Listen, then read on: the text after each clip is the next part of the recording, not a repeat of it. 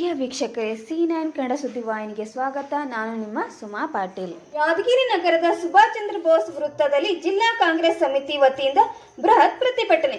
ಕೇಂದ್ರ NDA ಸರ್ಕಾರದ ಬಜೆಟ್ನಲ್ಲಿ ನಮ್ಮ ರಾಜ್ಯ ಕರ್ನಾಟಕಕ್ಕೆ ಮಲತಾಯಿ ಧೋರಣೆ ಖಂಡಿಸಿ ಬೃಹತ್ ಪ್ರತಿಭಟನೆ. ಇದಕ್ಕೂ ಮೊದಲು ನಗರದ ಕೆಲವು ಪ್ರಮುಖ ಬೀದಿಗಳಲ್ಲಿ ಬೈಕ್ ರ್ಯಾಲಿ ಮುಖಾಂತರ ಬೃಹತ್ ಪ್ರತಿಭಟನೆ ನಡೆಸಿದರು.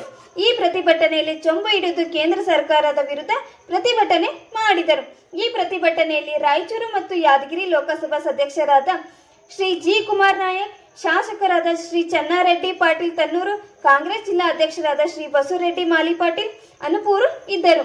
ಈ ಸಂದರ್ಭದಲ್ಲಿ ಮಾಜಿ ಬ್ಲಾಕ್ ಅಧ್ಯಕ್ಷರು ಸುದರ್ಶನ್ ನಾಯಕ್ ಹಾಗೂ ಕೆಪಿಸಿಸಿಯ ಸಂಯೋಜಕರಾದ ರಾಘವೇಂದ್ರ ಗೌಡ ಮಾನಸ್ಕಲ್ ಹಾಗೂ ರಾಜ್ಯ ಪರಿಶಿಷ್ಟ ಪಂಗಡದ ಕಾರ್ಯದರ್ಶಿಗಳಾದ ಭೀಮರಾಯ ತಾಣಗುಂದಿ, ಕಾಂಗ್ರೆಸ್ ಪಕ್ಷದ ಹಿರಿಯ ಮುಖಂಡರಾದ ಬಸುಗೌಡ ಬಳ್ಳಾರ್, ರವಿ ಮಾಲಿ ಪಾಟೀಲ್, ನೂತನ ಬ್ಲಾಕ್ ಅಧ್ಯಕ್ಷರುಗಳಾದ ಮಲ್ಲಿಕಾರ್ಜುನ್ ಈಟ ಹಾಗೂ ಲಕ್ಷ್ಮಣ್ ರೆಡ್ಡಿ ಹಾಗೂ ಕಾಂಗ್ರೆಸ್ ಪಕ್ಷದ ಹಿರಿಯ ಮುಖಂಡರು ಹಾಗೂ ನಗರಸಭೆ ಸದಸ್ಯರು, ಕಾಂಗ್ರೆಸ್ ಪಕ್ಷದ ಕಾರ್ಯಕರ್ತರು ಈ ಪ್ರತಿಭಟನೆಯಲ್ಲಿ ಭಾಗವಹಿಸಿದರು.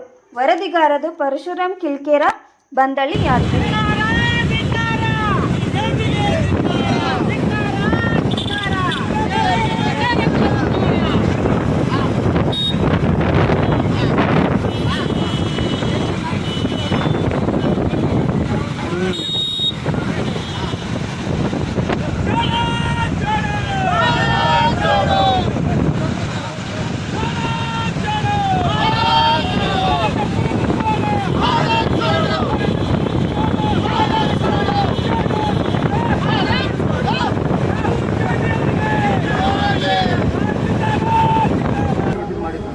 ನಮ್ಮ ಜಿಲ್ಲಾ ಕಾಂಗ್ರೆಸ್ನ ಅಧ್ಯಕ್ಷರಾದ ಬಸವರೆಡ್ಡಿ ಅವರೇ, ನೂತನವಾಗಿ ಆಯ್ಕೆಯಾದಂಥ ಜನಪ್ರಿಯ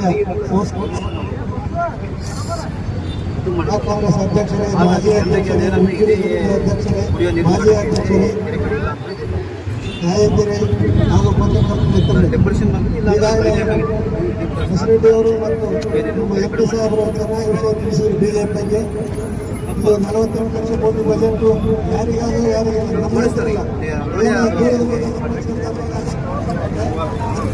ಏನು ಇದಕ್ಕೆ ಪಾಲಿಸುತ್ತಾ ಇಲ್ಲ.